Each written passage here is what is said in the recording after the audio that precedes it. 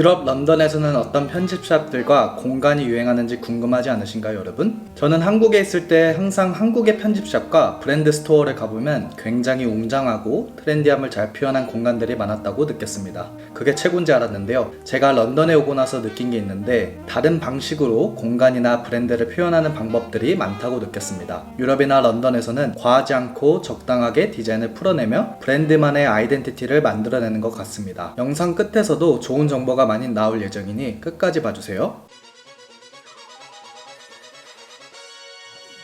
혹시 이청아 배우님의 유튜브 채널에서 런던 편집샵을 가려고 했는데 못 간 곳 혹시 어딘지 아시나요? 혹시라도 그 안이 궁금하셨던 분 계신가요? 제가 운이 좋게 저번 주 일요일에 소홀에 갔을 때 그곳에 가보았습니다. 이곳은 바로 이곳인데요.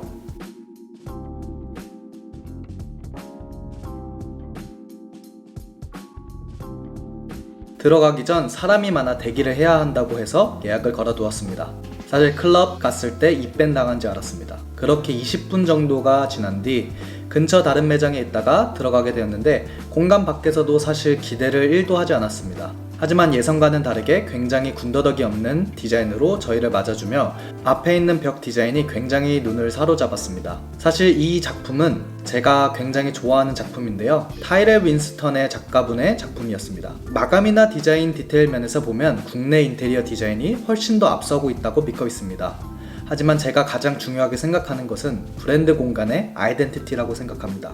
사실 인테리어 마감 디테일이 굉장히 중요한 게 인테리어 산업이지만 저는 사용자가 어느 정도 실용성 있게만 사용될 수 있으면 되고 그 다음부터는 공간의 분위기를 만들어내는 것이 굉장히 중요하다고 생각하는 사람 중에 한 명인데요. 이곳을 말씀드리자면 옷의 DP를 위한 최적의 동선이냐고 물어보신다면 아니라고 할 테지만 이곳을 다시 찾고 싶은가 하면은 다시 찾고 싶은 공간이라고 말할 수 있습니다. 공간만의 특색을 만들었기 때문이죠. 곳곳 배치에 작가의 작품의 오브제와 다른 오브제들을 배치함으로써 DP면에서는 실용적이지는 못할 수 있지만 공간의 분위기를 만들어내는 것에 한몫을 했습니다. 이 브랜드는 에임 레온도르라는 뉴욕 퀸즈 기반의 브랜드입니다. 클래식 패션과 스트릿 패션의 감성이 만나 탄생한 이 브랜드만의 색깔처럼 공간 운영 방식도 독특합니다. 브랜드에서 바로 옆에 자체적으로 카페를 운영하는데요. 이청아 배우님이 이곳을 못 들어가서 굉장히 아쉬워했습니다. 이 브랜드는 이외 예술품 판매와 디제잉 영상 등 다양한 시도들을 하고 있는 것을 볼 수 있습니다. 그리고 카페를 다시 말씀드리자면 그때 소개드렸던 카라트와는 다르게 공간을 아예 분리시켜 카페 사용자는 카페만 집중할 수 있도록 만들었습니다. 전 영상에서 말씀드린 것처럼 분리를 하지 않으면 공간의 매력도라든지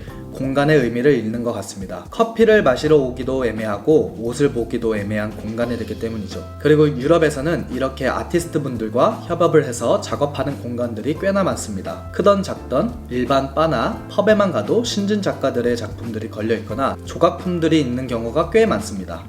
이게 예술의 도시이고 예술과 굉장히 밀접한 관련이 있던 도시다 보니 그러는 경우가 있을 테지만 이러한 점이 국내나 동아시아 국가와 비교해 보았을 때 굉장히 다른 점이라고 생각합니다. 우리나라의 경우는 직접 공간을 디자인하고 작품을 설치하는 경우가 많은데요.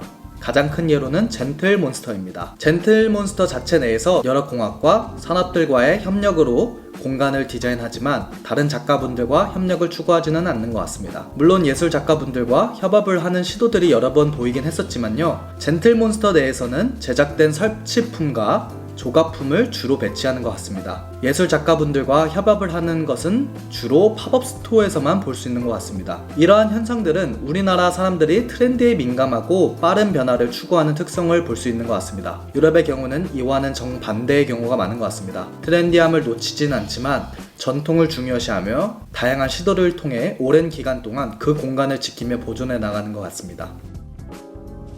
이번 영상은 어떠셨나요? 저는 한국에서도 여러 신진 작가들이나 예술 작가들과 협력 또는 협업을 통해 공간의 새로운 아이덴티티를 불어넣어 트렌디만 쫓는 게 아닌 공간을 만들어내는 문화예술로서 나아갔으면 하는 바람입니다. 다음 영상도 유럽과 런던의 핫한 공간을 알아보도록 하겠습니다. 혹시라도 꼭 한번 가서 리뷰했으면 하는 공간이 있으시다면 댓글로 남겨주세요.